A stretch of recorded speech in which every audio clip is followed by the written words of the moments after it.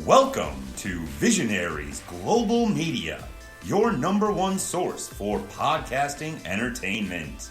Visionaries Global Media, envisioning excellence on a global scale. This is Banned from Ringside. Tonight on the Banned from Ringside podcast, there were a couple killer segments in NXT and AEW last night.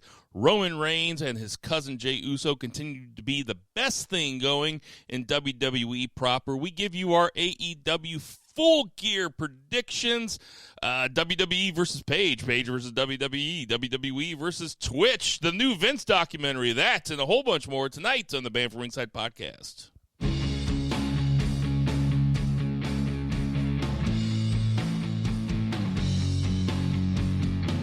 Ditch that 9 to 5. It's time to feel alive. Hello, Mark. So welcome to the Banned from Ringside podcast. As always, I'm your host, Bill Vagey, a.k.a. Jobbert Redford.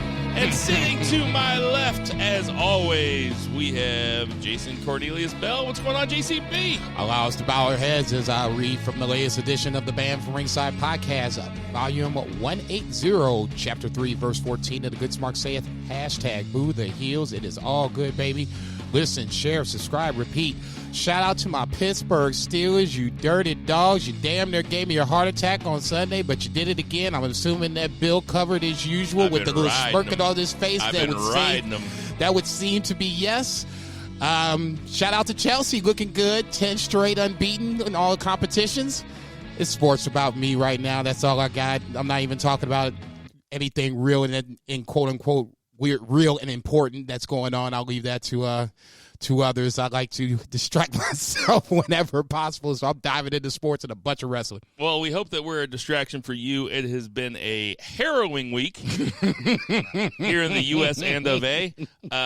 If we have anybody listening overseas, it's just as fucked up as it seems, man. Oh, no, we do. That's what it's just as fucked up as it seems. I know they are looking at us like, really? This shit's going on? We have to be just a fucking laughing stock. I mean, we have to be. There's no other way to describe it. Y'all motherfuckers still counting? We're coming at you from beautiful South City, St. Louis, in my dank-ass basement. And when I say dank, I don't mean like cool. I mean it's like kind of cold and kind of dark down here. We're not enjoying the beautiful weather. One day I'd like to do a podcast outside, but, you know, Jake can't have the neighbors seeing Jason, right? Especially when you're yelling like that, man. Right. He had a weapon. That was a microphone. Right. So before we get too far into it, there is no two beer this week, unfortunately. So we're going to be pushing off that Chicago NXT takeover that we were going to do the do-over for today. Because I know that Zach really wanted to talk about it. Oh, I bet he did. Yeah. Spoiler alert, the main event is good. Work called, and in times like these, Zach's got to answer. So Zach had to take a shift tonight.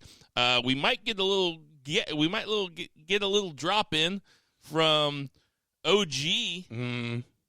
Banned from Ringside, Tinder Mahal. He said he's going to stop by, so he might stop by. You'll know if Reba starts barking because Jason's just petting her right now. But once that door starts to open, she's going to go nuts. Right. But before we get too far into it, Jason, tell us about F&B Eatery. F&B Eatery on the corner of 3453 Southampton and Marquette, home of the greatest smash burger you've never had. So let's just alleviate that. Like I said, people, I got your gift cards in my possession. I'm waiting on you, so don't wait for me. Slide into my DMs at BFRJCB. Slide into the BFR Pod DMs at BFR Pod. Leave me your address. I will mail it to you personally. There is a mailbox that is literally walking distance from my apartment down the steps. Make the right. I am there. I didn't do that voting, but that's another story for another time. So do me a favor. Alleviate me from my problems. I got a stack of gift cards with your name on it. F&B Eatery on the corner of 3453 Southampton. Tell that Banned from Ringside sent you. Let's get to that. 3 counts. 1, 2, 3. Start us off here, Jason. Every time I think that they're not going to improve on this, or I'm waiting for them to drop the ball in this angle, they get it right again. We'll do Friday Night SmackDown to start us off on the one count. When's the last time we did that?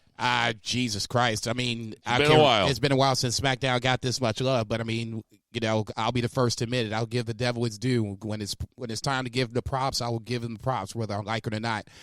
Roman Reigns, Jey Uso basically start the show off where Jey is being, I wouldn't say dressed down, but basically being told the consequences of him losing at Hell in a Cell. He's still a little upset about it, but Roman basically tells him that, sooner or later you'll figure this thing out for yourself. So we'll fast forward to, it was the main event, correct? It was the main event, him versus Daniel Bryan. That was a Survivor Series qualifying match. Really good match. Once again, Daniel Bryan does what he does, is getting people over and making them look good. Jey Uso wins with a splash. Halfway down, I don't want to bury the lead. Roman comes down, the music hits, and the next thing you know, it seems like Jey Uso kind of turned it up a notch a little bit and really stepped up the aggression. The splash was I guess not necessarily the cherry on top, but a nice way to finish it. And then Roman comes in and basically tells Jey to finish the deal and put Daniel Bryan down. And Jey Uso humbly obliges, tells Roman Russo he gets it now, and basically destroys Daniel Bryan on the outside, puts him through the table, throws him around like a little rag doll. Bill and I kind of discussed it on Friday before I actually saw it, and we agreed that this was probably the best guy to do it with if you were going to destroy somebody on the SmackDown roster. This was a great guy to do it, right, because he's the ultimate underdog.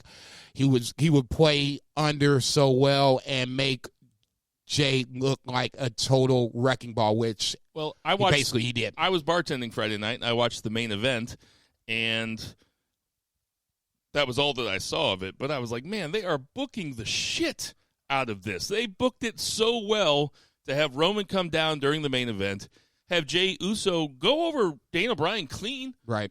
And Jey Uso's been a world beater lately, and like we talked last week, I mean, this has elevated Jey Uso to somewhere he's never been before. He looks fucking great. And joining us on the Bay of Ringside podcast, we have Tinder Mahal has showed up. Here, let me turn on your mic. I was about to say, don't set him up to fail. I already cut my mic, and I just started. He's got his mic! Right. He's got a live mic, goddamn. How are we doing, guys? Good. What do you think about the Jey Uso, Roman Reigns, Daniel Bryan segment from the other night? It almost pains me to say this, but I think it's the best storyline wrestling right now. I can't get enough of it. I don't know of anybody that would argue with how well they are booking Roman Reigns right now. They're killing it with him, and I don't think anybody knew. I mean, to his credit, he is just playing this role so perfectly. It's almost like Paul Heyman has dialed it back a little bit. Paul Heyman is playing I'm scared of my own guy with Roman Reigns as well as he ever played it with Brock Lesnar. If not a little bit better. Paul is there just to kind of bridge gaps where, God forbid, we forget the stipulation to Hell in a Cell. Heyman's there to kind of pick that up. But realistically, it's really been about Roman from the start of this feud on to SmackDown that went on Friday night. He's not saying much, but he doesn't really have to say much. You know what I'm saying? I mean, being crowned, king of the table, I think was, a good start to where you ultimately want this thing to go. And like I said, I think this is going to be Reigns versus Rock at WrestleMania, but that's another story for another time. We always said that he couldn't talk, and now he's kind of proven us wrong. And now on top of it, he's something that we didn't think he would ever be, and would be as a heel, and he's the top heel in the company at this point. Well, it kind of, you know what? I'll get to that later. What do you think, Joey Tender? What do you think about Jason's prediction that it's going to be Rock versus Roman at WrestleMania? I mean, I hope it's Rock versus Roman at WrestleMania. I think at this point we've seen that Roman can handle himself on the mic, and character-wise, he's unbelievable. His facials, I mean, I could give two shits what they do in the ring at this point. The story and the facials and everything is so great. Stop saying facials. Facials. You ain't shit. You know what I mean. Right? I was getting ready to say, I wasn't even thinking it like that. I know exactly I know what a facial is. But Whoa! I mean, who would have thought that a good-looking guy with a a great body and everything would be a good heel? Yeah, who knew? Like, Unbelievable, right? Unbelievable. It kind of makes you wonder. It does.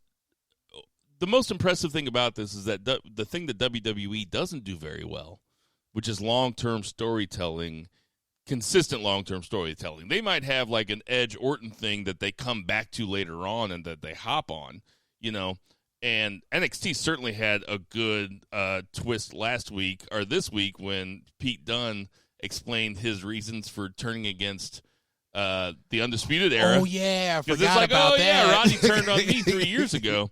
But the long-term storytelling of going through two pay-per-view events with Jey Uso and Roman Reigns for the belt, where there was never a doubt who was going to win. Nope. But both those matches were immensely watchable. They were so good. And now we're at a point now where Jey is kind of his reluctant soldier. I wouldn't say reluctant anymore. Consigliere, Right. His Silvio Dante. And now that faction, whatever it ends up being, if it ends up being Roman and both the Usos, It will be. they will look fucking very powerful heels, and that's fun. Jimmy, and I totally forgot about this. He banged up his knee at Mania this year, so he'll be back in January of 2021. So that Perfect would timing. make smells like Royal Rumble time to me. Or Roman will have a title match at Royal Rumble. So I mean that would be a great time to bring back Jey or Jimmy when he's healthy. Fingers crossed, and then that would be the foundation of the I'll just call it the Samoan bloodline. That was the shit I saw on Twitter. It sounded good, so I'll just go with that. But then at that point, if you want to bring in like Tamina, then this is me, future booking it like it's New Japan, and I know this would never happen, but then you could bring in like a Tamina or Nia Jax, something like that, and really just do the damn thing. But it's going to happen. It's just like I said, I totally forgot Jimmy tore up his knee at Mania, and that's how Jey became singles, and we were all worried about what was going to happen to Jey, and then the next thing you know, bam. Now let me ask you this, Tender. I don't know. It's hard to tell. It's hard to gauge how well this is going without a crowd in front of it, right? Absolutely. I have to assume that the crowd would be eating this shit up. They would be. Literally, you read my mind because I was thinking the same thing. We're so happy with how this is going and how it's being presented, but I think if you had a crowd in front of this, you would just see like, holy shit, this is one of the biggest angles of all time. Like. It certainly feels like one of the biggest angles of all time. Specifically, how long we've been waiting for this. We've been waiting for the Roman heel turn. Absolutely, and you've put a reality-based storyline together with real fam. Sorry, that's me. Oh my god, this unprofessional motherfucker! Nobody calls me. Right, and then all of a sudden, bam! I can't believe you have sound on your phone. You don't just have that shit vibrate. Oh, Come on. No, but yeah, I think the crowd would make a huge difference, obviously. But let's go back to you talking about long-term storylines in WWE. I don't even think you can even put that on WWE. I think in wrestling in general, you just don't see long-term storylines like you used to 10, 15, 20, 30 years ago. And we're seeing something right in front of us that could be a year and a half, at least 6 months storyline where you're building not only one wrestler, but you're building three wrestlers. Yes. And you're building a faction. And I don't know about you guys, but I cannot wait to see T-Bar versus Jey Uso. You ain't shit. You can. I could see Jey Uso not winning this Royal Rumble, but winning the Royal Rumble a year from now or Absolutely. something. 2022. 2022, something like that. He's not that old of a guy. He's been in the WWE for a long time, but he's not that old. And he can obviously go. I mean, they are so much fun. Both of them, the Usos. I can never tell the difference between them. I mean, you could have Jimmy fighting out there for Jay. I wouldn't be able to. Yeah, I was going to say, I won't be that dude. Cannot tell them. Well, I'll tell you something. I used to work for WWE, and I would walk down the hall with those guys, and I would constantly get their names wrong. And I would be like, "Hey guys, you want to go do this promo, or you want to go do this meet and greet?" And they were like, "Man, you just talked to me 5 minutes ago." I was talking to the same fucking one. I thought you were going to say you couldn't tell them apart because you thought they were Billy Kay and Peyton Royce. See, you ain't shit either, man. See, it's just a joke. It's not even. Let's think about this though. This has been so good, and all of us at least are so happy with it. How much money did they leave on the table in the late aughts, early teens? With never turning John Cena heel. Could Cena have done this? Oh, yeah. I mean, was Cena... Well, let's just... To answer the question... Could Cena have played a believable heel without having a big-ass fake, combination lock around his neck? I think he could. It would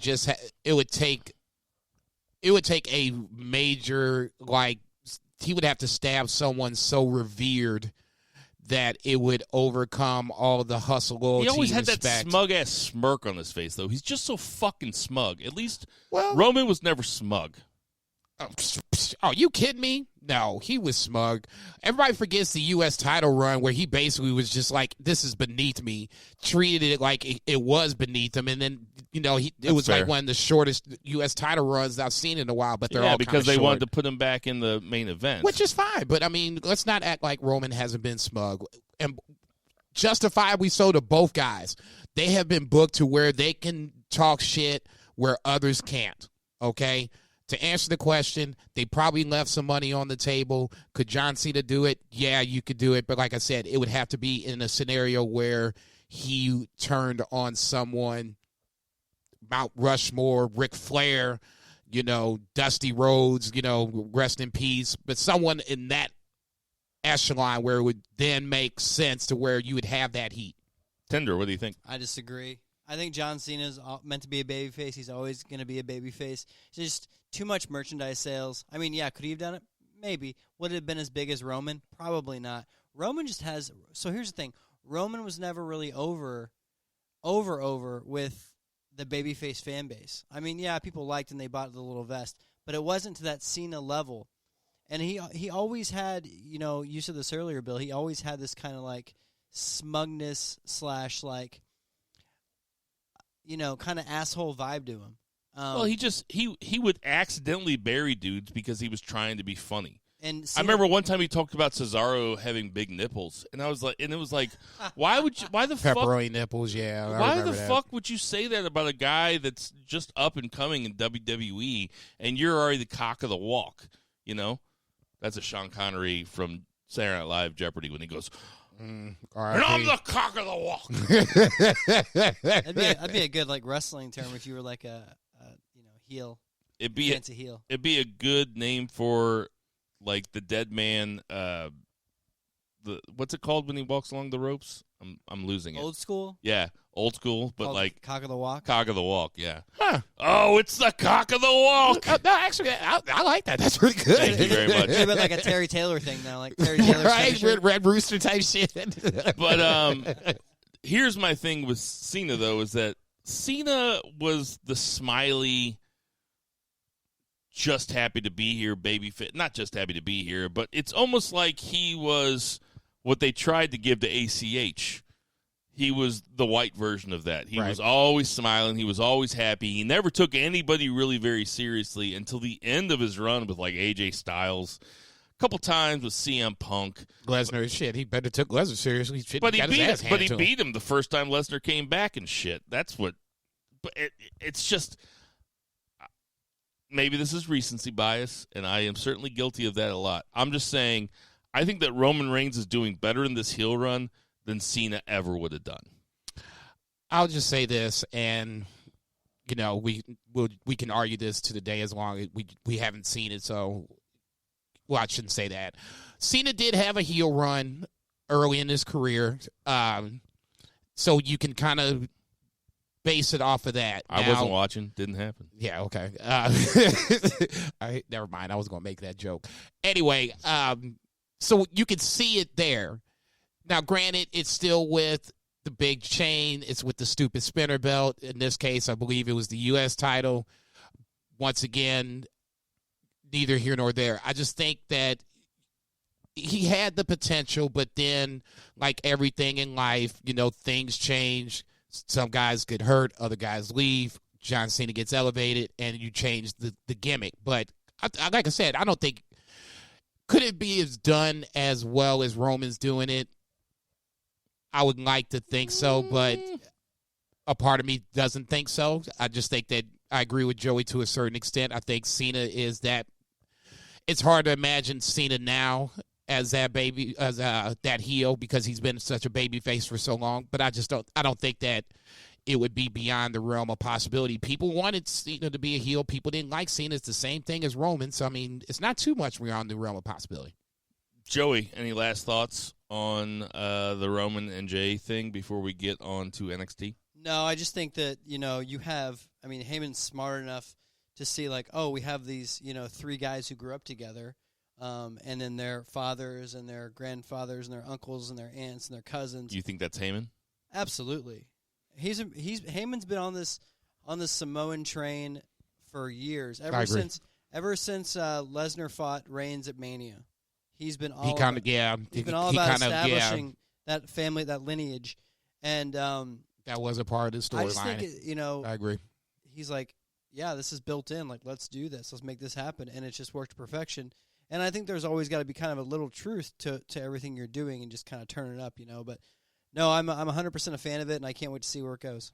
Well, and now they can take a little break with Survivor Series, have Roman fight Randy. I don't think there's any way that Orton goes over. Probably, you bet not. Probably with some help from Jey Uso. I know. It's weird that now we're rooting for Roman to win. I was going to say, you bet not. That would be absolutely asinine. I always have to say, whenever we're talking about main roster WWE, we have to give credit when it's due because we shit on them all the time. And we probably shit on them later on in this podcast. But here's your flowers now. We shit on them all the time, and this has been a spectacular angle. No, I agree totally. Like I said, I'm waiting for Jimmy to come back, and then I'm really ready to see Havoc wrecked from that point until Mania, whenever they do Mania next year, whenever that is. I know you want to move on, but just real quick, the thing too about this is there's like a ton more of these Samoan wrestlers in this family who are professional wrestlers who could be a part of this, be brought in. They can make a whole, 8 Nation 10, of Samoa Nation. Absolutely. So there's a lot of places they can go with this whole storyline, and a lot of people could be involved. I mean, The Rock versus Roman Reigns, should that happen, and we talked about it last week, and Vince is not going to let that happen unless it's in front of a crowd. Yeah, it would be a waste otherwise. Yeah, but that really has money written all over that. Oh, bitch. yeah. And the number one thing about it is that it makes sense.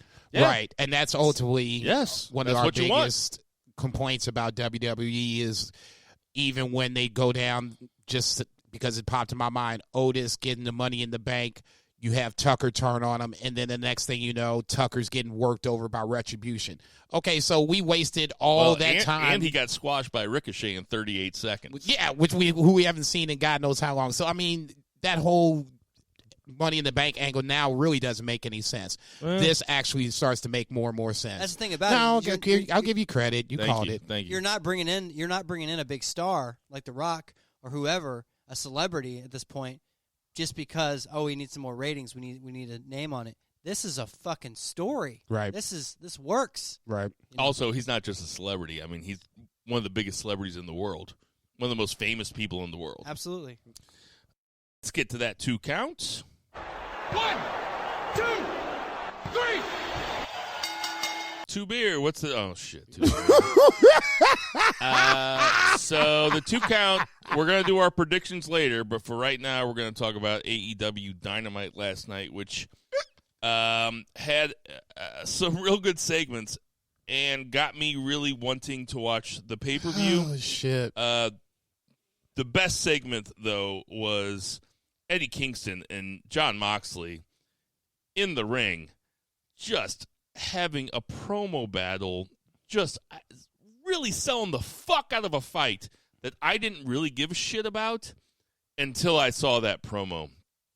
That was some expert pro wrestling promo shit going on. I didn't really know about their history. I really didn't know about Eddie Kingston until he joined AEW. You can revoke my podcast credentials away if you want to, but I got the podcast. Right. That was a tremendous segment. What did you think, Jason? I can't speak for you on this one, but I was already invested coming into it. Eddie is one of the best talkers in the business. Moxley, No doubt. Who knew he could talk? Anyway, then that sarcasm, by the way. You take that, and it's the same thing that Tinder was saying, where you put in a dose of reality to it.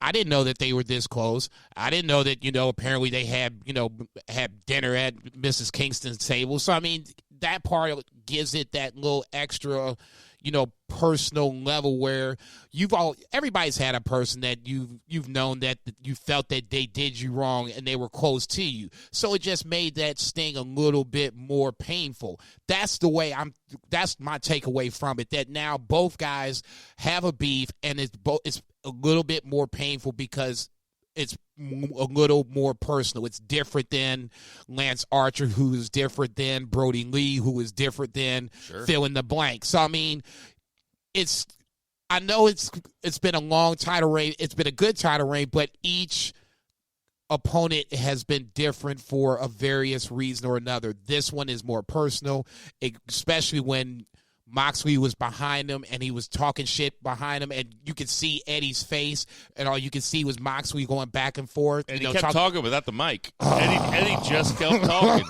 It's like Stone Cold told Kevin Owens when he was a kid in the airport that one time. He said, just never stop talking, and Owens hasn't stopped talking since. That's like, keep my mom's name out your mouth. And it was the same thing like Roman. Same concept where it was still running commentary, even though Moxley had the mic. It was so good. Tinder, what do you think? Jason, you said a word in the little spiel you just put out. You said the word personal, and I think the number one thing that a lot of these old guys talk about is that a lot of the younger talent in wrestling these days has a big problem making anything personal or making it feel real, right? Making it feel personal For sure. And these two have done that. I think Kingston deserves the majority of the credit for that because he's just so damn good at that. Whether they were friends beforehand, I don't know if that shit's true. I don't know. But it feels like it. But it feels like it, and you want to believe Sure it. You buy into it, and you don't give a shit that Eddie Kingston kind of has a beer gut or that he's not fucking a body Adonis. You don't care because he's one tough son of a bitch. Right. And they're going to go in there and beat the crap out of each other. Yeah, for a good 20, 25 minutes. And you got a guy in Eddie Kingston who can tell this story about how he was – he's been on the indies for 20 years or 18 years or however how long he was. And he's, because a year ago we were watching him fight Paco in a VFW Knights Columbus Hall in Collinsville, Illinois. Tell him. Tell him. you better tell him about this, man. And that's, for me, that's more so the point where, and you can jump back in, that's why for me it hits home because I remember Eddie Kingston from the Glory Pro days, and now all of a sudden he's on national TV in one of their biggest angles for AEW. He's killing it. I mean, they immediately put him in a big role. They gave him a faction basically right off the bat. I mean, that's a lot of trust for a guy who's never been on television before and never been in any kind of big storyline or big limelight or worked for a big company. And it's working. I mean, they called a long shot and it worked. Right. I was going to say, I don't think they brought him in to wrestle. I think they needed a mouthpiece for a bunch of guys. This is like the Hurt Business of AEW. Right. There was a part of Eddie Kingston's promo last night that really stuck with me because I always say that wrestling is so much better when it's athletics-based, when they're going for a championship. You know, that doesn't mean it can't be personal. I know what you're going to say with this. It's not personal between Peyton Manning and Tom Brady or whatever. Like, of course it's personal. They both want to beat each other. When Eddie Kingston pointed at Jon Moxley's belt, he goes, I want to tell my mom this is the reason I never gave you a grandchild. This is the reason you don't have a daughter-in-law, because I've been chasing this. I was like, oh, my God, fuck yeah. All that dude wants is that belt. That guy's character, all he wants is that fucking belt. And from that moment on, I was invested in that promo segment. And then by the end of it, I was like, I cannot wait to see this match. I cannot wait to see that match. And you know why? Because you believe every word that man says. Yeah, and also, if those guys are going to have a promo like that together, I can take off my kayfabe glasses and be like, man, I bet that if that's true that Jon Moxley sat at Eddie Kingston's mom's table, Ruthie, and like she made him breakfast or whatever, and he made a promise to her. If that's true, then you know that that Jon Moxley wants to make Eddie Kingston look as good as shit in this match, and that those two performers are 100% invested in this match, and they're going to do. I always believe that about Moxley, but that they're going to do everything that they can to get this match over. And I'm telling you, I am psyched for that match. No, I agree with you. That was the most poignant part of that whole segment. It was incredible. When he pointed at that title and said that shit, my mouth literally dropped open. I was like, holy it was shit. Incredible. That is what a promo should be, man. When you're trying to sell a fight in a go-home show, I can't believe they didn't make it the last segment. Yeah, they should have. Because when you're trying to sell a fight in a promo show, that is how you sell a fight. Yeah, you can walk away with Moxley closing the show and end it that way. Cody's closing the show is fine, but that should have been where the Moxley segment was. Just back to my point, it was so real because, like Joey said, like you said, you believe it, okay? Whether it happened or not, you are so into it that you believe that this is how it's going to go down. This is why I was at the Glory Pro show that we were at. This is why I went all up and down the roads, doing everything humanly possible. I apparently didn't have, shoes to wrestle in when I came to AEW, and now I'm in the main event. Yeah, to have him to get to that point, what would it take to now make him say the verbal words, I quit? Oh, I didn't even get to the I quit part. Like the I quit, it's usually a stipulation on a match that's not my favorite. But after that promo, it's like, dude, I want to see which one says I quit. And what is it really going to take to get to the point where they're like, I'm done? Is there a part of you in that promo that thought, he might win this fucking thing? Oh, yeah. Oh, my God. Yes. There really is. Oh, yeah. There really was. I mean, Moxley might have been like, I want to lose it. I want to drop it to him. Even if it's for 1 day or 4 days or whatever.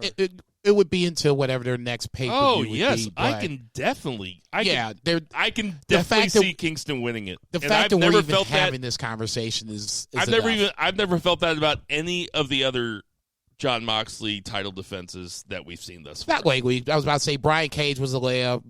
Brody Keegan was a layup. MJF, Archer. So, I mean, this one... It's because of that. It's because of that segment. Yep, Archer kind of felt a little iffy, but yeah, I couldn't imagine that. We got predictions coming up. Hopefully, Tinder will be here. He can pick for Zach if he's still here, unless he's got stuff to do, which is totally fine. What you think about the very first segment? That was MJF and Wardlow versus Guevara and that was Ortiz. Ortiz. See, I have a problem when there's pairs. Santana's the taller one. Okay, first off. But I don't know about the Young Bucks. Dakota Kai, Tegan Knox. I can't tell them apart. Dude, Jesus Christ, stop. Oh, I know which Tinder, one. Please continue. Well, here's the thing. I thought that Sammy Guevara, every time he wrestles a match, I just think it's like, this guy's incredible. He's incredible. He's unbelievable. Yes. Like, he could do anything and everything. In fact, I had the thought last night. And I had this thought when MJF fought Jungle Jack, too, that MJF is kind of slow. And for as young as he is, he does not move anywhere near how Sammy Guevara does. Who does, though? Okay, thank you. Does? Thank you. That's fine. That's you. Fine. Okay, that's what I was getting ready to say. Stop. I'm just saying, for a young guy, he's kind of small. I mean, you talk about Eddie Kingston being able to do a promo. MJF is a promo and a promo only. I mean, he's just not much of a wrestler. He's not much of an in-ring guy. Where is the lie? I would reference you to Jungle Boy MJF, but you said that you really weren't a fan of that match. So yeah, we sat here in this basement and talked about it. Okay, so you and Zach were like, "Oh, it's match of the night." It was match of the night, and I'll stand on that. Joey, you can jump back into this in a second. I would just say that the way he wrestles is not like Sammy Guevara. I mean, Sammy's everywhere. When he did that corkscrew through the middle suicide dive, I was like, oh God. See, and half of me was like, please don't hurt yourself, but the other half was like, holy shit. He's a crazy talent. Okay, it's apples and oranges. The MJF is more the submission Zack Sabre Jr. light. Okay, and I'm being That's being really generous. I am being generous, but his submission is the Fujiwara armbar. So I mean, it's basically submission based ultimately. So I mean, we're talking about two totally different. We're talking about Sammy Guevara's Ricky Steamboat and MJF's Ric Flair. Okay, I can go with that. Ricky Steamboat's not a great promo, but he can wrestle. But pretty much in his time, he wrestled better than pretty much anybody in the business. And Ric Flair's a great promo who only did about 2 different moves, but could wrestle an hour and sell like a son of a bitch. I can go with that. Okay, I was going to go more Savage. Well, yeah, that's good, but I mean, you could go that route too. But I mean, Savage to me was more like, well, Savage was character too. Fair enough. Either or comparison I can go with. But I mean, ultimately, like I said, and Joey kind of reinforced it with, actual names. It's two different characters. It's not. It's style. The styles make fights. Okay, now like I said, if it was me, I would have Sammy versus MJF, and if MJF won, then you would have him in the inner circle, just because Sammy Guevara has been the one that's been pretty much getting shit on since MJF is kind of, initiating himself into the inner circle. I get Jericho. It makes sense. But if you want to kind of make this a little more storyline based, Sammy Guevara should be the one that's wrestling it. All right, this is going to last 6 hours. 1 sec, I do want to say something real quick though. I think it's. He's heating up. Well, I think it's important. I don't want to ignore this and not talk about it. Wardlow is really coming along. Oh, I agree. I'm really impressed with him, and I think he's going to be a big star. But I really like what he's doing now, and I like they kind of slowly brought him along. And his wrestling ability is very good. Well, the good part about Wardlow is you don't have to rush him. That roster is stacked enough where he could just kind of hang out, and you drop him in every now and then, see how he does. If he does well, you can give him another one, slowly build him up. Another pair that I didn't know had a big history together are Trent Beretta and Miro, formerly Rusev. Apparently, Miro was Beretta's young boy, which basically makes him his bitch when they were riding the road in the old days, probably back in Japan or something. No, I thought it was the other way around. Trent Beretta was the young boy. No. Bill's right. Okay. Yeah, it was Miro. They had a match. It's Miro's first singles match in 9 months. Beretta put him over with the accolades, sold it hard. What kind of grade would you give Miro's entrance into AEW so far, Joey? So far, like a B-. You better jump on him. No, I'm just joking. I'm joking. It's a joke. I kind of agree. No, I was going to say because I would have given him the Brody Lee push and given Brody Lee the Miro push, but they've done the opposite. What do you mean? It means I would have put Miro directly into the main event picture at the beginning, rather than have him kind of wallow around with Kip Sabian, of all people, for a while at the lower mid-card. You disagree? Who do you like better, Brody Lee or Miro? Who do you think has a higher ceiling? Brody Lee. Okay, but who do you think has a higher ceiling? I'm looking at you. I'm not looking at him. No. Looking at you. I'll say it like this. Brody Lee is different because he's the athletic big man. Miro is more of a ground and pound, I'll stomp you out. Both could be champion.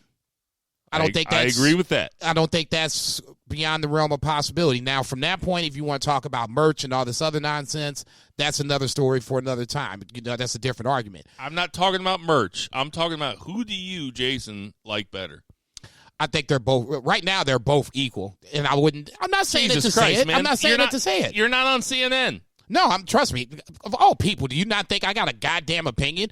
I'm saying that I still like Brody Lee in the sense of I like Dark Order and Miro's way better than Brody Lee. Okay, I'll just stop you right there. Miro, that's your opinion. You're okay, wrong. You're wrong. Miro's way better. He's got so much personality.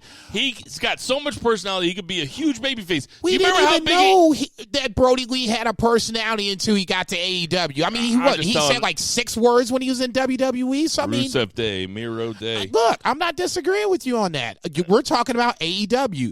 As far as I'm concerned, one has nothing to do with the other. If you talk about the complete package, then yeah, of course it's Rusev / Miro. But we're not talking about Rusev. We're talking about Miro. We're talking about somebody that's doing video games as a part of the angle. Do Taz, Starks, and Brian Cage get involved in the pay-per-view on Saturday? And if they do, which match? Darby Allin and Cody. Okay. And who do you think, well, we got predictions coming up. See, this is where it's tricky talking about Dynamite when we got predictions coming up. It's not going to change my predictions. So I'm not worried about it. No, I'm just saying I don't want you to give your prediction away. So then I won't give it away. I don't want the listeners to go away because we don't know if he's going to be here or not. So just ask him what you want to ask him. He ain't going nowhere. You don't know. That man might have shit to do. You think he gets involved in Cody and Darby Allin? Yeah. Who, Starks or all three of them? Starks. They kind of put over Starks pretty hard the other night, saying that he's 10 out of his last 11 matches he's won, and he's not even the top 5. I can't believe how much Taz looks like David Cross from Mr. Show to me, but it's pretty funny. It was kind of a meandering promo, but I do like that AEW has a bunch of, I won't call them stables, but factions, right? Yeah. Groups. I guess it's for me. I guess it was almost directed to me because I was kind of complaining about the ratings or the ratings, the rankings or whatever, and you felt like I was directing at you, or that AEW that promo is directed towards me in this scenario because I was saying they're loyal listeners. Tony Khan is listening right now. What's up, TK? It felt like it was a shot at me because I was saying how Scorpio Sky was at the time. He was ranked at number 5, but wasn't in the tournament for the number 1 contender spot. And now you're going to bring in Ricky Starks, like you said, 10 out of 11. Brian Cage, 10-1 or whatever, only lost to Moxley. So, I mean, there's something to be said about this. And this was kind of, look, I love Dark, and I'll keep this short. I love Dark, but I don't want to watch 2 hours of developmental wrestling. That should be an hour. You should have a 2-hour show where you would have a lot of these other guys, namely these guys right here, Brody Lee, guys of this ilk, where you can start giving them their own storyline, make Dark 1 hour, get a second show, because now you're starting to get to the point where guys are kind of working for positions and can't get on Dynamite anymore. I'm pretty sure I've asked you this before. You watch all 2 hours of Dark every week? Yeah. Tinder, how much Dark do you watch? I will say I watched about a match and a half this week. Well, no, I haven't seen. This was the first time I missed the Elena Black when she was on like 2 weeks ago. I watched. What did I watch? So I wanted to see her with. I watched Kazarian's match, and I watched. I don't know what the fuck you're talking about. Brian Pillman and Griff Garrison. Griff Garrison versus 2 developmental guys. But I to be fair, I cannot stand Taz's commentary with Excalibur. Excalibur. Yeah. It's the worst. Up next, we had Private Party versus the Young Bucks. Young Bucks go over. Private Party are very game. They're also very, I wouldn't call them green. They're really young, though. They're good. They'll get there. FTR comes out. Bo Giesman, Vice, had a real good time with Tully Blanchard's new Skechers that he was wearing during the segment, which if you go back and look, they really were something. Paige comes out, Omega comes out, runs them off. Paige and Omega have a stare down. I hope they don't do something on Saturday night with like Paige coming into the ring drunk or something. It does seem like the drinking is becoming more and more of his character, which I absolutely hate, by the way. I don't like it either. It's just it's not like I said, I'm looking for competitive people. I want competitive characters. I want people that are. Why don't you like it, Joe? Well, Hangman Page, to me, you hear all this talk about this Chris Jericho and different people back in the day were like the next Shawn Michaels. I look at Hangman Page, and Hangman Page is the closest thing I've ever seen to a wrestler like Shawn Michaels. He has more than Adam Cole. More than Adam Cole. He has every single intangible. That's when you're supposed to say "baby." My bad, I didn't see. No, I was actually paying attention to Joey because I wanted to see where this was going. I didn't see you point at me. My bad. I think he's the most talented wrestler on that roster when it comes to having the complete package. And they need to build, in the next year, they need to build him up to have a world title match at some point, which that could be in 2 months. Who knows? But I think this drinking gimmick is a little ridiculous for him. He doesn't need it. It's stupid. It makes the company look stupid. It's just not something you want to see in 2020. Jason, what do you think? I'll go this far. Because they had JR selling it during the interview, too. Right. And I've been that dude. I've been that dude where, and you've seen it. You've seen me at JP's just putting them back. I've had a bad night. Well, we're not. But no, but just hear me out for a second. So this is a part of kind of just his perspective. I got involved in this Bucks match that cost him my friendship with the Bucks. Now I got, my former tag team partner that's basically, the man when it comes to tournaments. I promised everybody I was going to be the first AEW champion. Now I'm not. So it's pressure. So, he's drinking. So that part I get. Now, if he comes to the ring all fucked up, and I'm using fucked up in quotations, then okay, then I can see where you're going to have at least a problem with it for me, because now this is taking it one step too far. If he's going to get banged up beforehand, fine, but at least have him, coherent enough to wrestle a solid match, because this is going to be one of those matches that everybody wants to see.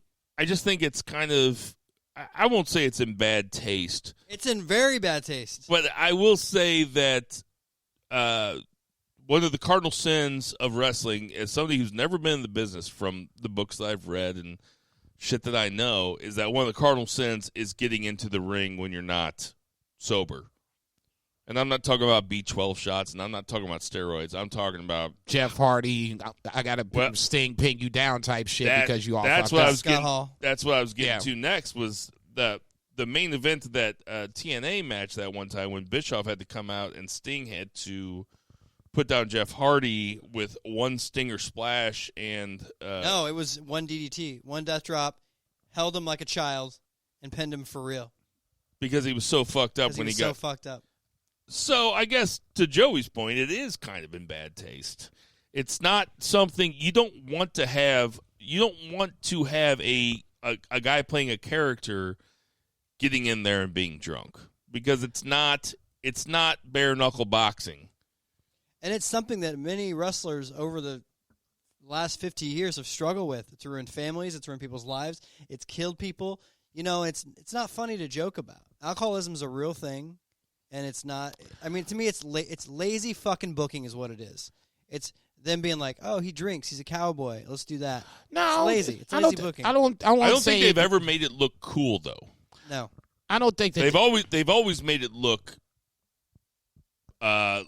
like it's like he's a degenerate, right? Him drinking beers from the fans that was him trying to make it look cool to me. Yeah, but Okay, not him. Sorry, Jason. No, you're fine. Not him walking down the ramp with a bourbon in his hand, though. Like, that always looks stupid. Is that supposed to look cool? Yeah, Like I think they want it to look cool. When he comes down for the save last night, when he came down to save the Young Bucks with Kenny Omega, and he had a glass in his hand that had brown liquid in it, that's supposed to look cool? Because to me, it just makes him look pathetic. Yeah, absolutely. He's one of the best wrestlers in the world right now, and they're doing this shit with him. Okay, quick pushback. So what's the difference between Paige and Austin? Austin would have a beer after his match. It was a celebratory thing. That's fine. He didn't walk down to the ring with a. So we're going to say he's Plus- never had a beer before a match, Probably not. even in kayfabe style. Probably not. Kayfabe style. And here's the thing, Jason. That was 20-something years ago. Yeah, that's the other thing. It was a really long time And ago. they never put over the fact, never one time, that he was intoxicated before any of his matches. That's also true. Like, Joey's bringing some heat. That's also true. I know all you did was ask a question. No, but I'm that's not also worried true. about it. Look, if you're gonna bury him, then that's fine. But I'm just saying They look, never let's talked about how consider Stone all Cold the- was drunk. They talked about how Stone Cold was drinking. Okay, that's what I'm saying. And they it's talk about Adam Page as though he's drunk all the time. Like, JR got kind of irked with him, kayfabe style, when he was doing the interview last night, because he was like, I can tell that's not the first pop you've had, or Right. whatever JR said to him. So they're kind of putting over the fact that he's drunk all the time. I want to see. I'll say this. To me, it's no different in just the characters themselves. Is it different times? Of course, it's different times. It's the 90s, the Attitude Era versus 2020, where you have to be careful what you say and what you do. I totally get that. To me, the characters or are... you don't always have to just be careful. Maybe there's some things that you shouldn't say and shouldn't do. Fair enough. Sometimes, think before you speak. Woke. Well, I'm just saying, like, it's kind of fucked up. Like, if you go back and watch, like, Pulp Fiction was on the other day, and Right. you watch that scene with Quentin Tarantino, when he says the N-word over and over and over and over again with the hard R. Right. And that was a movie that I saw 4 times at the theater. I fucking love that movie. Pulp Fiction should have won the fucking Oscar. Yeah, because it fucking rules. Yeah. But it's pretty weird that Tarantino put himself in that movie as a character who doesn't mind saying the N-word with the hard R a bunch of times. Like, that's insane. It's insane. I'm not saying... Look, No, it was a different time. Yeah. Sean Connery died this week. R.I.P. But Sean Connery had an interview in Playboy in 1969 where he goes, yes, I've hit women. Like, if there's nothing else to do to them, you got to hit them. I mean, nobody probably blinked an eye back then. No, because I was getting ready to say... Chased him around his whole life. No, Sean Connery with James Bond back in the day. That's he would smack a woman. So that's what I'm saying. He took off a chick's bikini top in one movie and choked her with it till Right. she gave him the name. Right. So, I mean, Bond wasn't always necessarily Pretty cool scene. Yeah, he wasn't always suave. But I guess that's kind of my point. It's the character that I'm looking at. I'm not looking at the fact that he's running around, and I don't think he's running around drunk. I think he's drinking. If he comes to, I don't know. if he comes to the, even like, okay, in the Stadium Stampede, it's the same thing, and you guys are running around acting like that was the greatest cinematic thing on the planet. Oh, I really like that match. We can move Oh, on. Jesus. What do you think about Pac's vignette? Oh, it was great. I loved it. There's something very relatable about being quarantined for 7 months, Right. and it driving you crazy. I just look. I'm not It's going also to get really well made. No, it was very good. I'm not getting excited until I see him in the AEW ring. As far as I'm concerned, he's still in England. All right, and we can skip past a couple things. Cody and the Guns versus Dark Order. You guys know where I'm at in Dark Order. Cody tried to sell the Darby Allin match at the very end. Didn't really do it for me. We'll have predictions later. What do you guys think about Cody and the Guns? So, it was a throwaway match for me. I really didn't give a shit about it. I love Billy Gunn, whatever, but, I don't really want to see him wrestle anymore. And I don't want to see his son wrestle. And I think for a main event, it seemed like a throwaway match on Dark. I just think it's strange to me that they think that that's a better go-home segment Absolutely. than Kingston Moxley, which I'll remember till the day I die, hopefully. Like even if we're just talking about in 5 years, I'll be like, remember that Kingston Moxley segment? I mean, if I'm being 100% honest, I was looking at my phone the entire time that match was on. Yeah. Jason. No, I'll piggyback on what you said. I agree. It felt like a weird main event as your go home show to Full Gear, and I'm not saying I was looking at my phone, but I definitely wasn't invested the way I should have been. I think with Cody and Darby, I think we've gotten it to the point where, this has gone as far as it can go. I kind of would expect a little fuckery on Saturday. Do you give a shit, though? Like, do you care? I think the match would be good. I think the match is going to be good. I don't care who wins. I don't give a fuck. Like, I don't care about that match at all. I think the match will be good.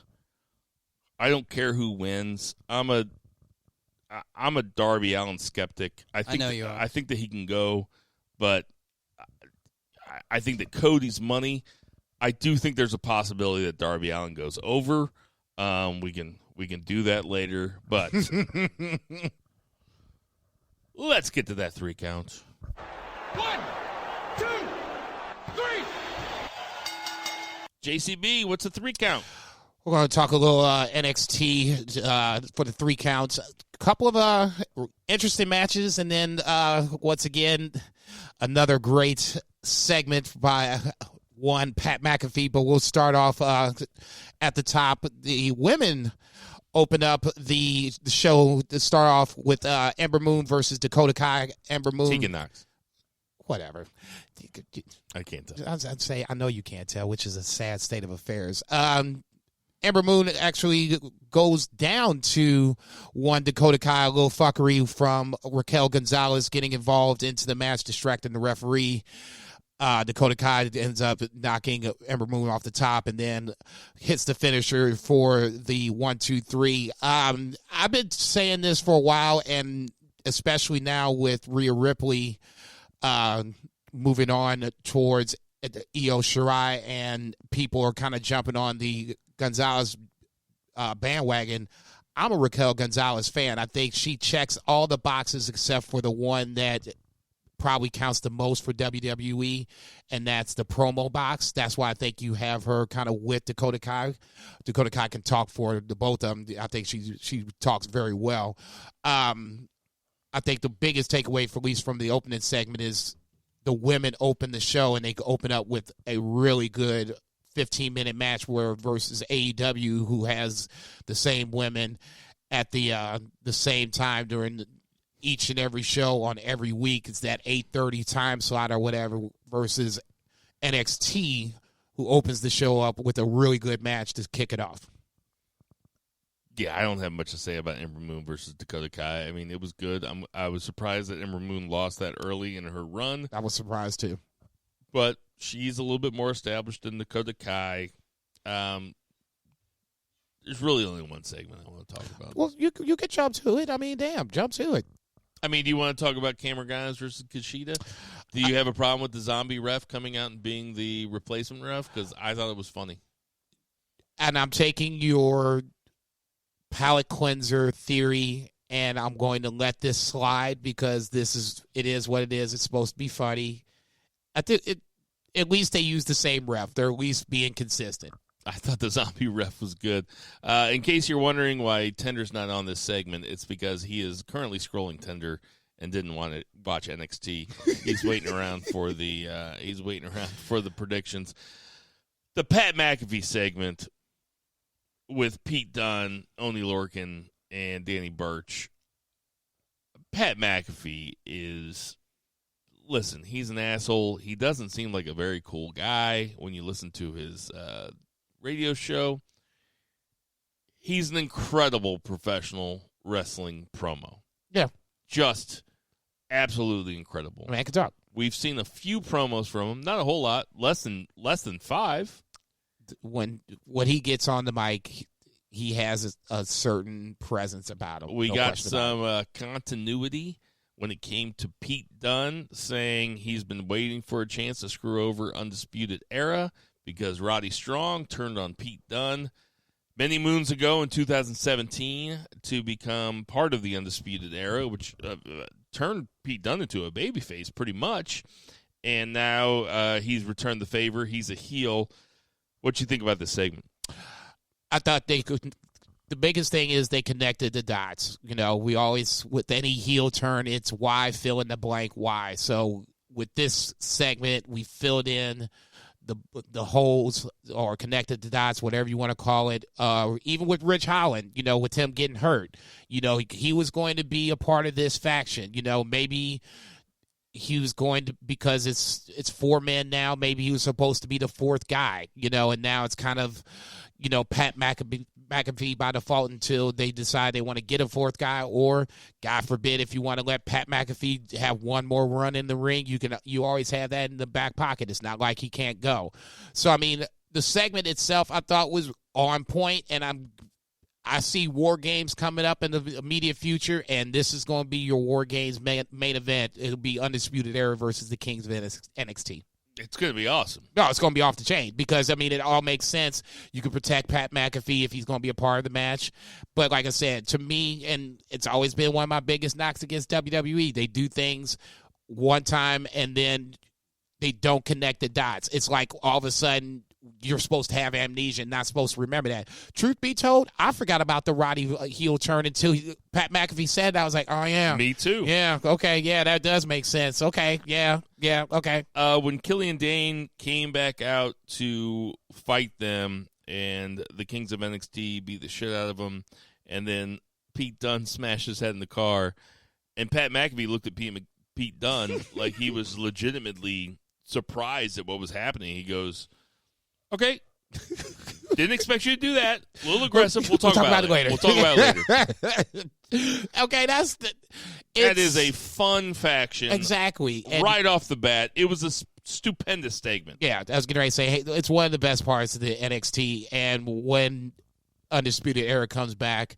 it's going to be fireworks. They're leaning into it, and you now have something to work off of, at least on the NXT side. I mean, Santos and Atlas had a thing. Shotzi and Toni Storm had a match where Storm went over Candice LeRae, destroyed her tank, and Shotzi reacted like, did I miss something about why that tank's so important to her? I think it has something to do with like her father or something like that. You know what? I don't care. See, you ain't shit. Timothy Thatcher did Thatcher's Thatch Can. What do you think about it? Did you want to talk more about Shotzi's tank? Is that the look you're giving me? Because you just gave me a look. I was just going to say, man, you could at least, feign a little sympathy about the woman's tank. Jesus Christ. It's kayfabe.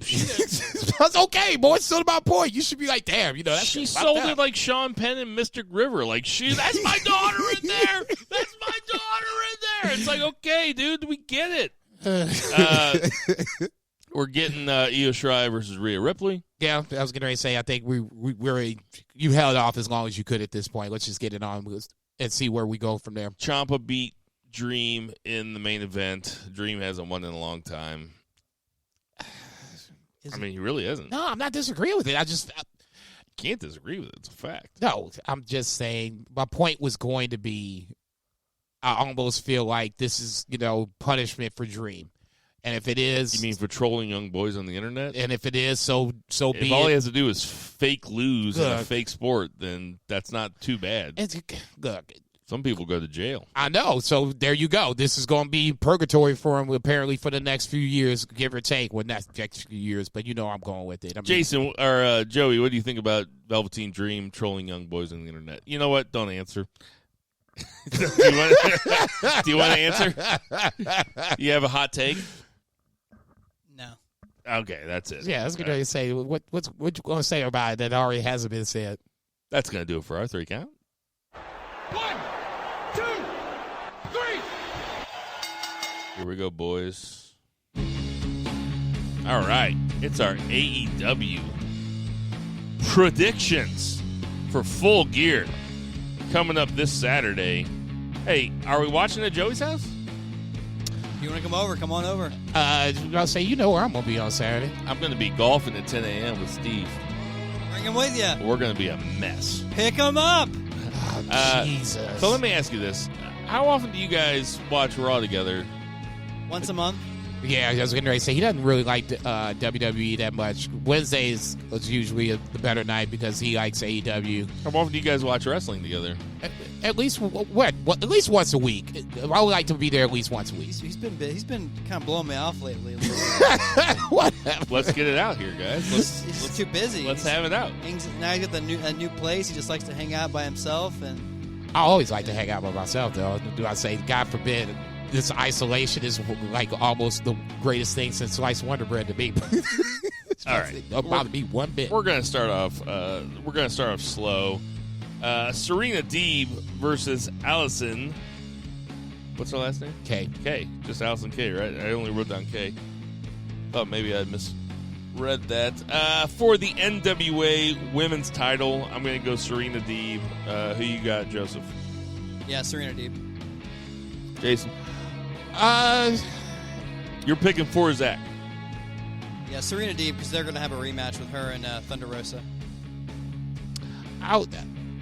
Okay, yeah, that's fine. I was going to say I'd like to see Allison Kay win it just for my own personal selfish reasons, but yeah, we'll go with Serena Deeb. It's going to be a good match regardless. It's going to be, thank God it's going to be on this card. I don't want to see Sheeta Nia Rose Part 2. There needs to be more women on there. We'll get there. Orange Cassidy versus John Silver, who apparently is like number 8 in Dark Order or some shit. Number 3. That's going to be a hell of a match. I 4, think I mean, there's no story to it really, but I think it's going to be a hell of a match. I can't tell if you're joking. No, I'm excited about it. I think both guys are good wrestlers. Okay, do you watch BTE at all? A little bit. Okay, see, I think that's kind of the thing. You said it wrong. It's B-E-T. No. Anyway, I Man, think that's I watch the Parkers all the time. Yeah, right. I think that's part of the thing that that is my misconnect with this whole feud is I don't watch the series, and a lot of John Silver's rise to fame is behind that series, so I can't get on that whole John Silver is overtrained. For me, I just it think is he's what a hell it of a is. hand. I mean, No, he's good. I mean, so wrestling wise, I'm excited to see it. Who are you taking? Oh, Cassidy. Yeah, give me Orange Cassidy. Okay. We have Hikaru Shida versus Nyla Rose for the AEW Women's Championship. Jason, I'll let you go first. I honestly don't know, but I mean, it doesn't really matter. I'm gonna take Sheeta. Just my gut tells me so. I have no reason behind it. They haven't put much build behind it except for the last couple weeks. So this is, you might as well just grab a coin and flip it. That would be better analysis than what I'm giving right now, unfortunately. Oh, Farrell. It's weird, right? Like, I really don't give a shit about that match. Thank you. That's what I wanted to say. That's what I wanted to say. There is no reason for me to actually give a fuck. Like, I get it. Nyla Rose can fucking kill everyone. But there's no, there's no suspense of disbelief with that. Like, she's fucking huge. She murders everybody. But I don't think she'll win. That's not even that. It's just they haven't even really built it up until last week, where now all of a sudden she just dropping the dropping the gauntlet or whatever. That's not a build. That's WWE shit. I expect more from at least put forth the fucking effort if you're gonna make the goddamn match. You taking Sheeta? I'll take Nyla. That's what I did. I took Nyla too. I'm taking Nyla just because Vicky Guerrero's been added to her act, and that's a big part of it. And she's a heel, and it's about time. I mean, she has had it for a while, right? Yeah, but I mean 6 months or so. No? And Sheeta's got no personality at all. I mean, no offense to her, she speaks a different language. But I think you need somebody with that title that can actually cut a promo and can bring a little attention to it. Sheeta does know English. Now, is it like Vicky Guerrero? No. So I'll give you that. No, Vicky Guerrero just does broken English. She's like Hispanic. Shit.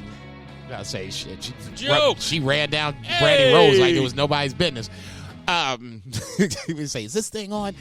Like I said, at the end of the day, I just don't. It's the match I probably care about the least because it has me invested. I would agree. Matt Hardy versus Sammy Guevara. Joey, I'll let you go first. Sammy Guevara. I just don't see any point in Matt Hardy going over. Like, I agree 100%. I think that this was probably supposed to happen the time when Matt Hardy almost died during that match. Yeah. But Matt Hardy's there to put Sammy Guevara over. Matt Hardy shouldn't be wrestling, if we're being honest. That's probably true. Like, watching him walk to the ring is pretty... I respect the shit out of Matt Hardy, but watching him walk to the ring is painful. So, Jason, you taking Matt Hardy? God damn, I really want to. Go ahead and do it, man. Go ahead and do it. You can't Jedi mind trick me on this. Give me Sammy just for all the reasons that you guys said. Matt is there to put him over. Hopefully they don't get hurt is the biggest thing moving forward in this match. But, yeah, you're not there if you're Matt Hardy to get over. You're there to I put think him Matt over. Hardy wants to put guys over. Yeah, for sure. Of course. Just like Daniel Bryan the other night with Jey Uso. Daniel Bryan probably loved putting Jey Uso over the other night. Yeah, it's probably the way he lives for. Yeah, I was about to say, at this point, that's all you got. All right. Now we're getting to some big matches here, okay? Go ahead, take time. All right, I'm taking my time. All right, that's Bad Pod. I was going to talk to Joe about Tinder. We have Chris Jericho versus Maxwell Jacob Friedman. If MJF goes over, he gets to join Inner Circle. There are lots of storyline implications to this match. So, your prediction pretty much have to predict the next 2 months of AEW Dynamite. Jason, I'll let you go first. It was called the Golden Prophecy on NXT when Adam Cole said that Undisputed Era would be draped in gold. I'll just say it. For me, this is the golden prediction. I've called it, and I've said it, and I'm going to stick to it until you say otherwise.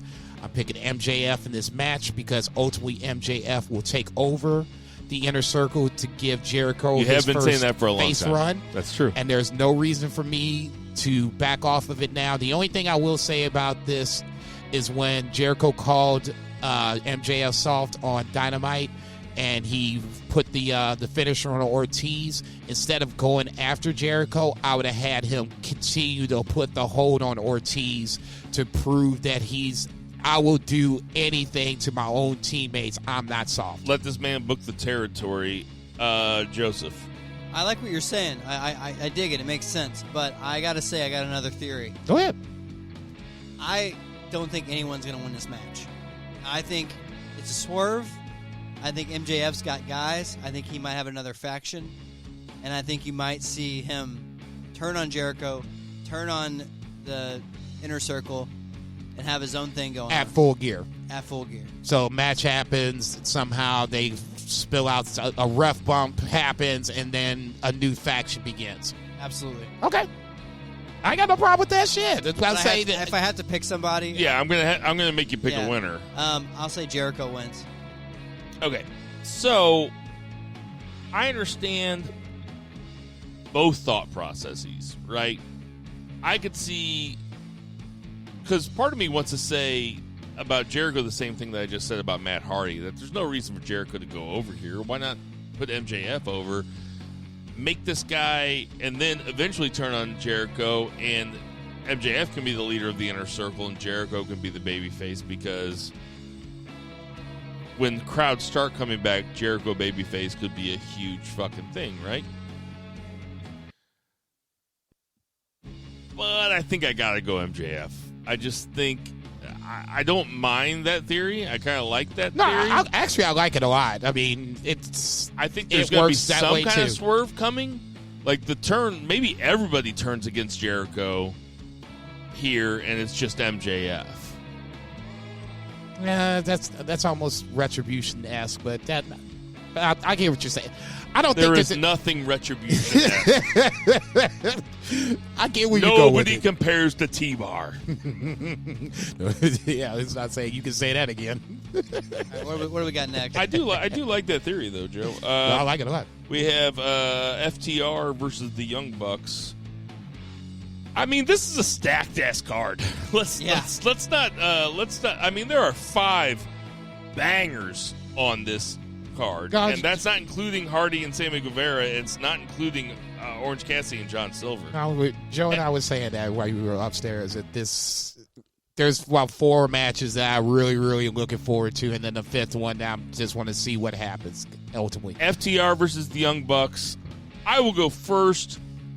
FTR. Wait, is the stipulation FTR can never challenge again if they lose? 2 stipulations. That's number 1, and number 2. Now, Tully Blanchard has now been added to the numerous names that have been listed as banned from ringside. He cannot be at ringside for this match. Banned from ringside, huh? We need to have like their own drop where each individual person that says banned from ringside doing shit like that. That's just me. It's not a bad idea. Hey, every now and then. Hey, somebody on the internet do that for us. Right. I'll go first. I'm saying the Young Bucks go over. Jason, I'll let you go next. Just because I think that'd be too redundant if the Young Bucks do the same thing that Cody does and they both lose. And I hate the fact that they put this stip on this match. This match didn't need the stip. It really didn't need the stipulation at all. Just build it the right way. It'd have been fine. Tully Blanchard not being at ringside, I would have had no problem with that. With this new Skechers? Yeah, right. I can't imagine. Actually, fuck it. I'm going to stick to my gut. Like I tell tables all the time, it's like a multiple choice test. First instinct is the correct instinct. I'm going with FTR just for the simple fact that the Bucks don't need to have the titles at any point. Okay? They're already made men at this point. It's their fucking company. But that means that the Young Bucks can never challenge for the tag team belts again? Then what the fuck are the Young Bucks doing? They're going to be singles wrestlers? Fuck no. Joey, what do you got? I see both of your points. Both of you guys make good points. I mean, who makes a better point? We're going to get there. I think it's a little ridiculous for the Young Bucks to keep losing every match, especially every important match. Maybe not every match, but they're losing all the important ones. They haven't won the titles yet, but I also don't see any reason why FTR should lose this match, and I don't see how it helps. It has been a fairly. Are you saying that MJF's going to come in with his faction and beat them? Maybe they are part of his faction. Oh, let this motherfucker book the territory. Let this motherfucker book the territory. I got FTR going over. Okay. So you're saying that Jason made a better point than me? Okay. We have Cody Rhodes. We can say it here because we're not on TNT. Well, no, he got his name back. Cody Runnels. No, WWE coughed it up. He can be Cody Rhodes now. He's Cody Rhodes? Well, he can be if he wants to be. Oh, I wasn't raising my hand. I was training my fingers to. Oh, okay. What happened to your arm? Oh, I got surgery on it. What? That's is this going on the pod? Yeah, it's going on the pod. No, I had like a cyst inside my hand. They had to go in there and dig it out. Oh, really? Get it out of my hand, yeah. Looks cool. Looks like you got in a fight. Whatever. He's Velveteen Dream, but only white. Looks like I lost a fight. He's like, whatever. So should see him. Up next, we have Cody versus Darby Allin. I'm going to let Joseph go first. Cody's going over. There's no point for Darby to have that title, and I think that he's like an up and coming dude. I like his ring work a lot, but the story doesn't captivate me at all, and I really don't care about the match. So I'm just gonna say Cody's gonna go over. He rides a skateboard, though. Did you know that? He's a good skateboarder. Yeah. They call them skaters. You know, when you're not in your late 30s. Skate or die, they bro. just call them skaters. Jesus Christ. That video of him jumping over a running car was about the dumbest thing I've ever seen. Everything he does is the dumbest thing I've ever seen. It's okay, all right. It's like, all right. Is he Steve-O? Like, what's his deal? No, it's metaphoric. And I say you of all people. Oh, is it metaphoric? You of all people, Mr. He's English. hardcore.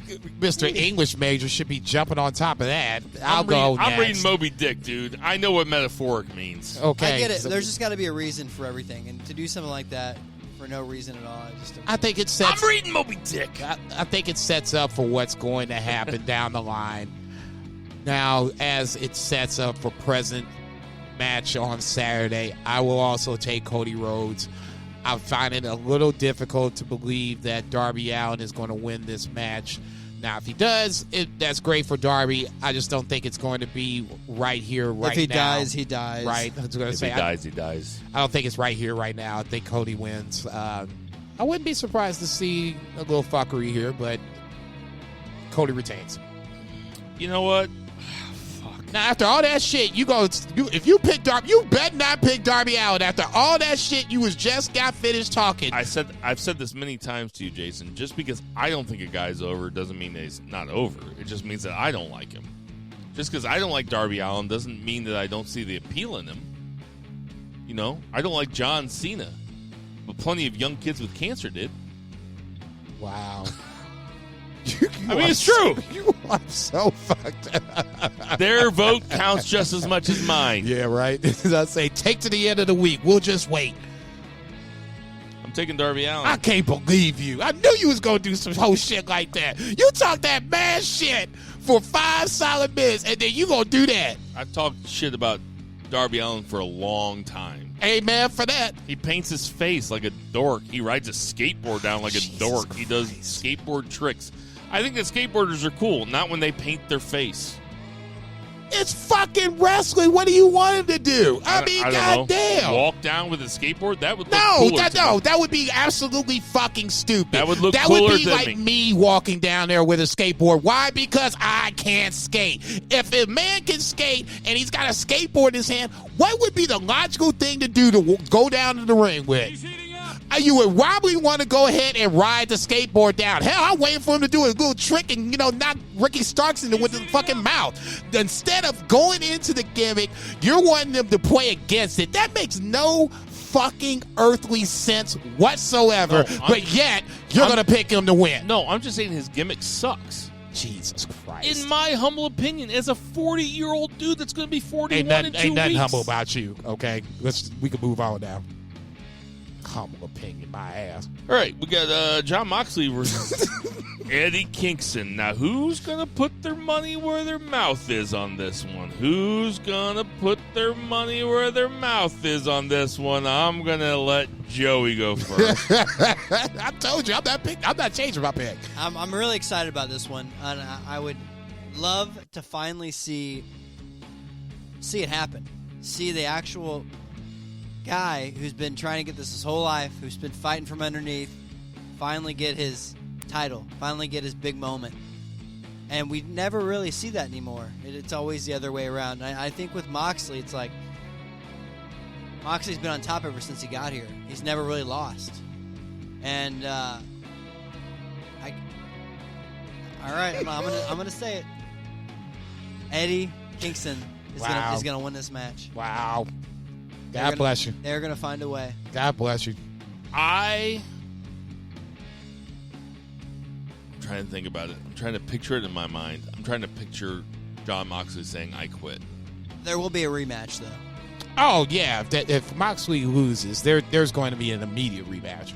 I don't think they would even fuck around and wait.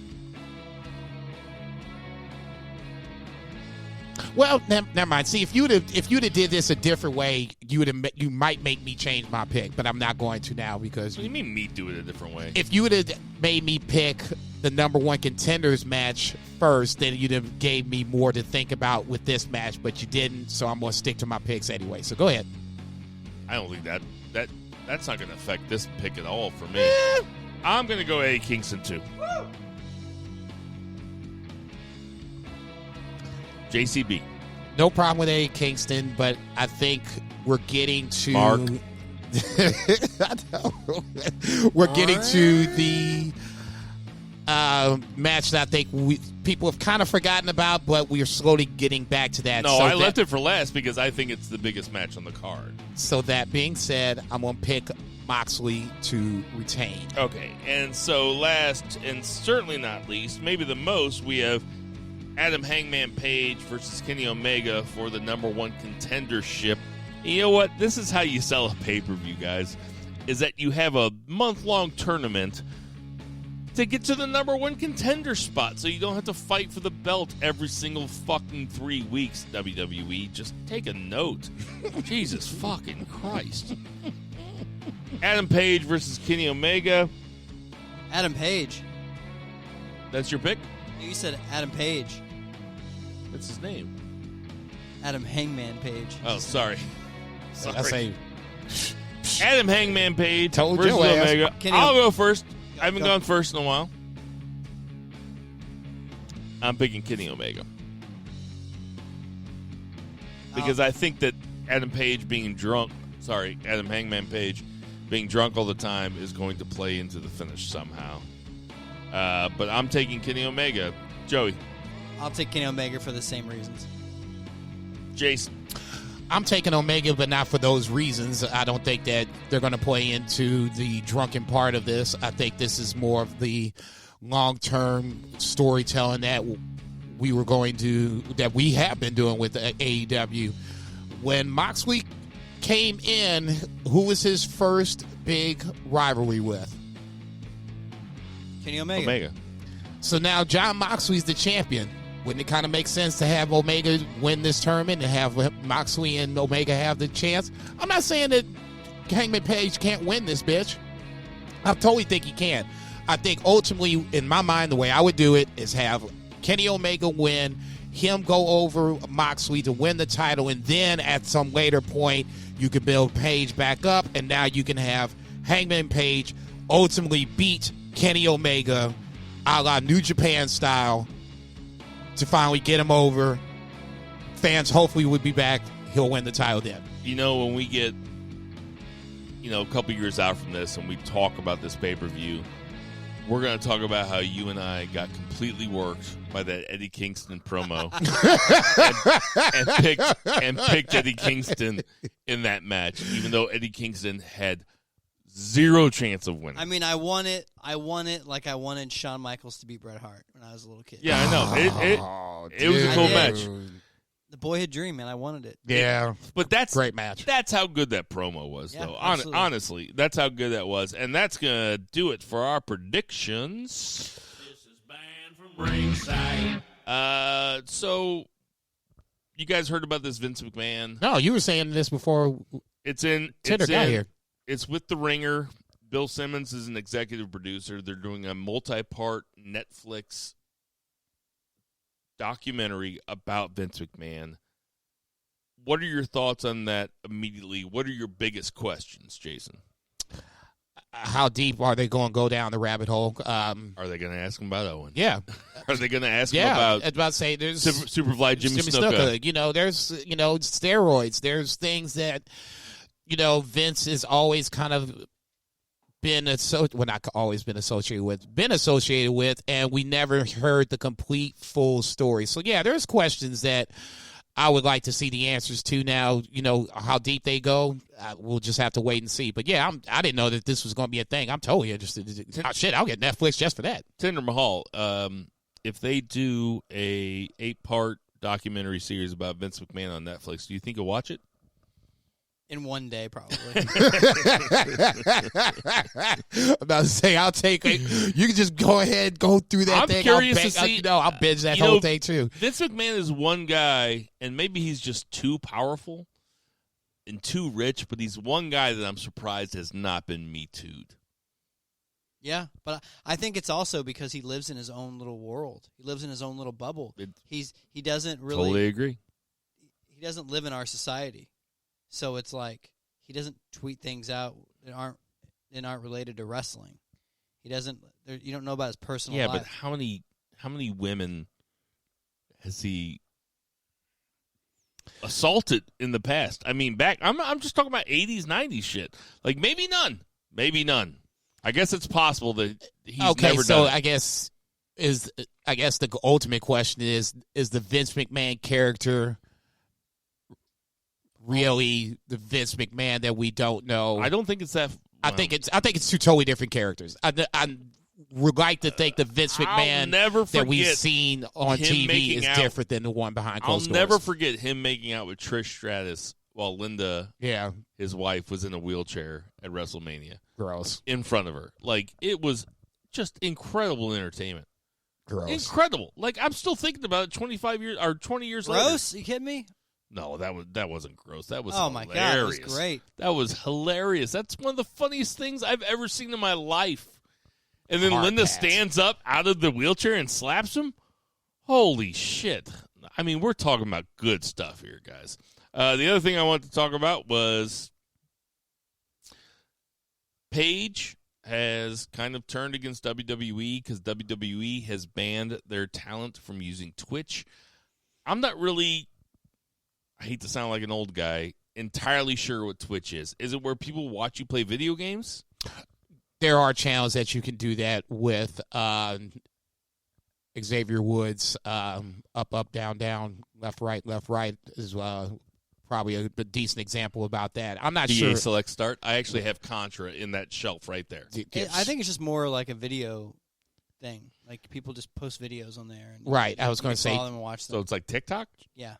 That's what Paige's Twitch is more like, where she interacts with fans and whatever the case may be. AJ Styles had a Twitch channel going for a little bit. He was more on the video game side. So I think it's ultimately, what you personally want to post on your Twitch channel. Now, all that being said, this is the part about WWE where, it sounds great to be a part of it, but it is a machine and it's a corporate machine. And this is part of that corporation where, unfortunately, if you're still signed with them, and apparently Paige still is, there are rules and regulations. She's talking about unionizing, which obviously that might get her ass killed. She better stop that shit. But BFR supports going union. No, I'm not supporting her getting killed. I'm supporting them unionizing. Get these boys some health insurance. But I'm just saying, it'll get her fired. So there you go.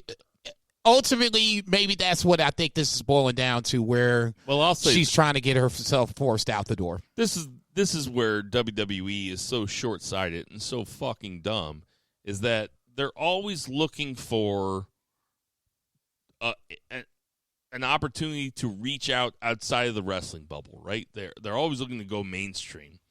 And what Vince doesn't understand is that everything's so splintered out now that there are people that there are people that know who Xavier Woods is through his Twitch that probably never would have watched wrestling before, and then they go in to watch wrestling because Xavier Woods is so big on Twitch. Right. And that's what Vince doesn't get. But it's crazy that Vince has billions of dollars, and he still wants more money from these people from doing this stuff. Yeah, that's how you get billions of dollars. But I don't think he wasn't getting paid for it. I think the kicker is he's trying to stop them from getting paid that has anything not to do with the WWE. That to me is more the takeaway for me, where I'm just like, damn, man, I mean, you can't let these motherfuckers live? I mean, what the fuck? So, I mean, ultimately, that to me is the bigger issue, especially for like Paige, who can't wrestle. She's use got her broken fucking neck. Okay, that's what I'm saying. Broken freaking neck. Yeah. That's my God Kurt bless, Angle. yeah, God bless Kurt Angle. So she can't wrestle. You're not using her on TV. You're not, She should say fuck you. And look, and if this is a means for her to put money in pocket, God bless her. Shit. And like you said, it should be, putting eyes on the product if you did it right, but. If they have their own thing set up, that'd be one thing, but they don't. You know what? That's enough. This is Banned from Ringside. We got some birthdays this week. Alexander Wolf of Sanity is 34. Nick Aldis. Not just a Sanity. Imperium 2 is 34. Nick Aldis is only 34. That doesn't sound right. That seems young. That does seem pretty young. I thought he was older. I might have had that wrong. Look it up. King Kong Bundy. I think he's R.I.P. R.I.P. Right? Joey, is he dead? He's R.I.P. 63, Joey Ryan, the besmirched Joey Ryan. Suing everybody. You're canceled, motherfucker. 41, Ted DiBiase Jr. got out early. Good for him. I think he runs a real estate business now. He's 38. Smart man. Good-looking, tall dude. Okay. Keith Lee is 36. Kazuchika Okada is 33. He's the man. Chris Jericho, Trump supporter, Trump funder, is 50. Pete Dunne is 27. Cowboy Bob Orton, 70. Ryback is 39. Hope you're doing well, Ryback. Working the fry side at Chili's. See, you Peyton ain't Royce is 28. And Leah Rush is 26. Oh, boy, you ain't shit. Hey, everybody. We know there's tons of podcasts for you to listen to. Yes, sir. So we appreciate you guys listening to our podcast. Please and thank you. For F&B Eatery. Check.